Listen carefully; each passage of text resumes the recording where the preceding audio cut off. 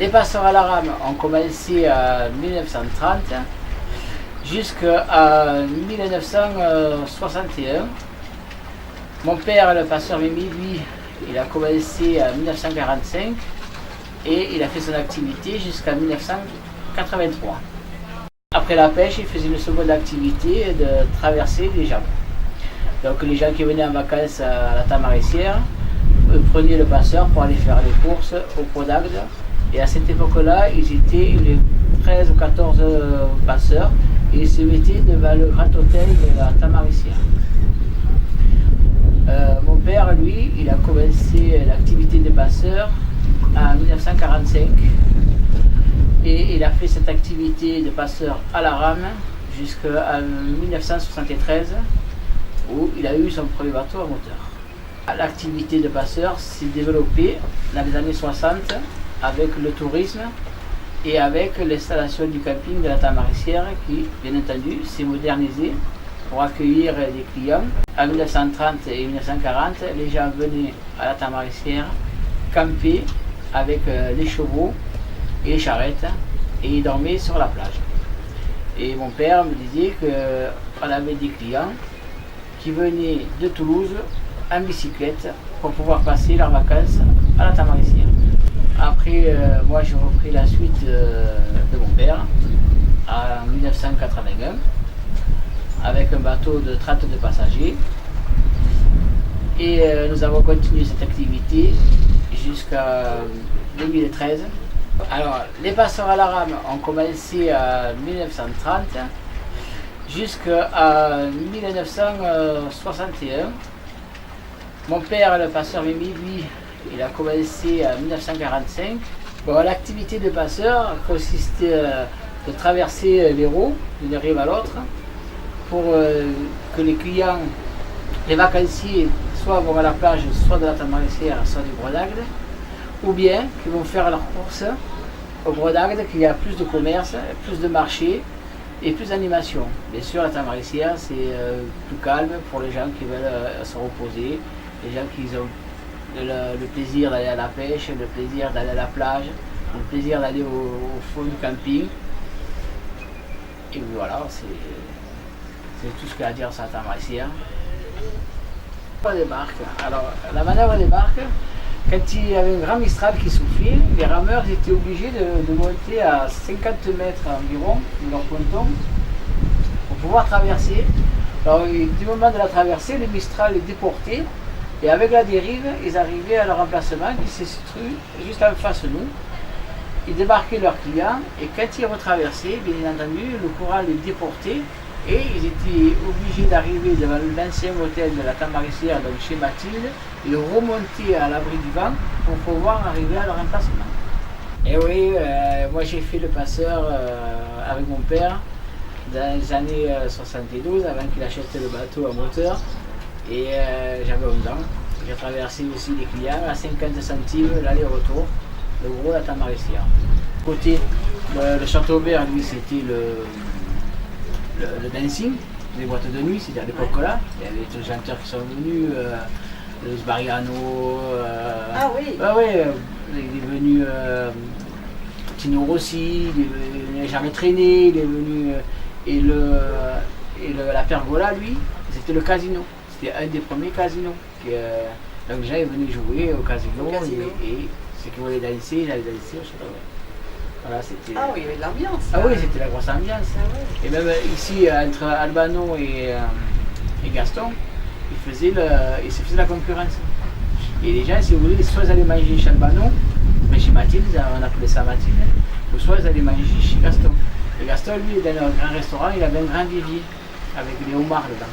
Ah. Ça fait que les gens, ils venaient manger les homards et Mathilde, elle faisait la cuisine, elle plutôt les moules farcis, les tièdes farcis. Et là, il ne faisait pas. Donc c'était la concurrence indirecte. Soit ils choisissaient. Voilà.